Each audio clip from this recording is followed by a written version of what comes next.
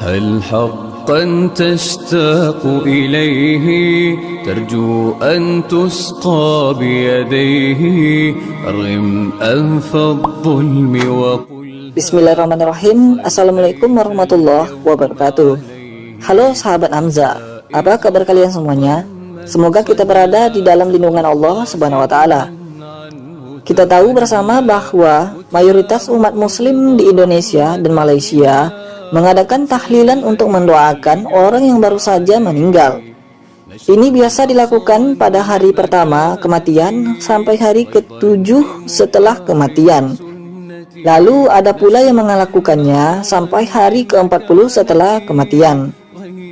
Beberapa ada yang mengatakan tahlilan dilakukan karena arwah orang tersebut masih ada selama 40 hari. Bagaimana pandangan Islam tentang ini? Benarkah arwah orang yang meninggal masih ada di rumah selama 40 hari? Simak video ini hingga akhir biar nggak salah paham. Pendiri Pusat Studi Al-Quran atau disingkat PSQ, Profesor Muhammad Quraisy Shihab mengatakan arwah seseorang yang baru saja meninggal akan pergi ke alam barzah.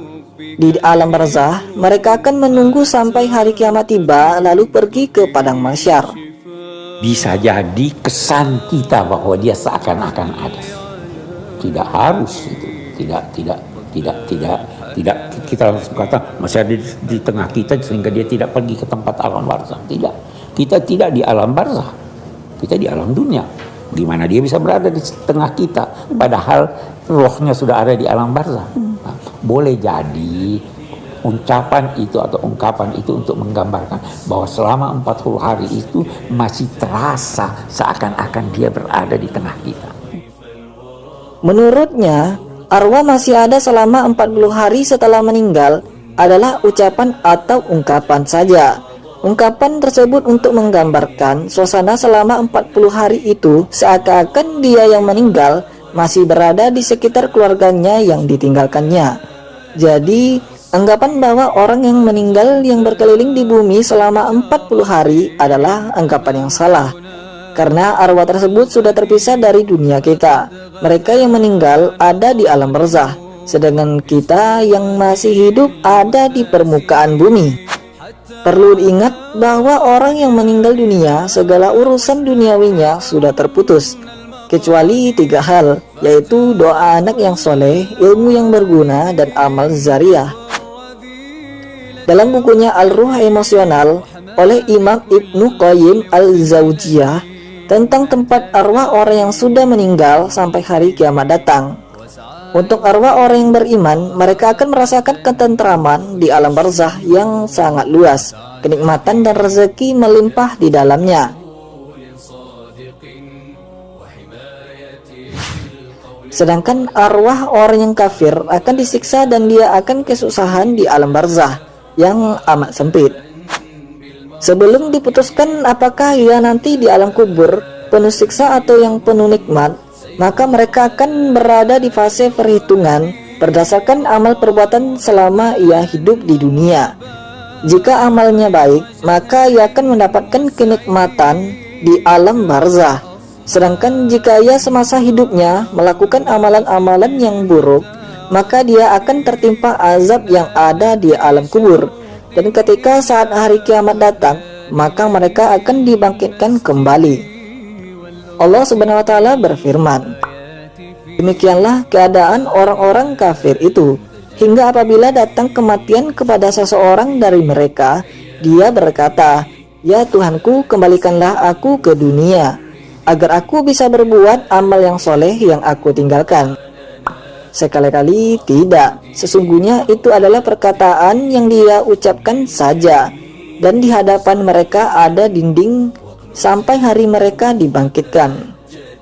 Quran Surat Al-Mu'minun ayat 99 hingga 100.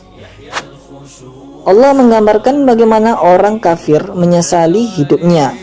Mereka berharap agar dikembalikan ke dunia di detik-detik menghadapi kematian. Mereka meminta untuk hidup kembali ke dunia untuk mengerjakan amalan-amalan soleh yang ia lalaikan dan segera bertaubat, namun itu hanya ucapan lisan yang sama sekali tidak bermanfaat baginya. nasi telah jadi bubur. Nasibnya sudah ditentukan karena masa hidup di dunianya sudah habis. Maka apa yang telah ia lakukan akan menerima balasan yang setimpal.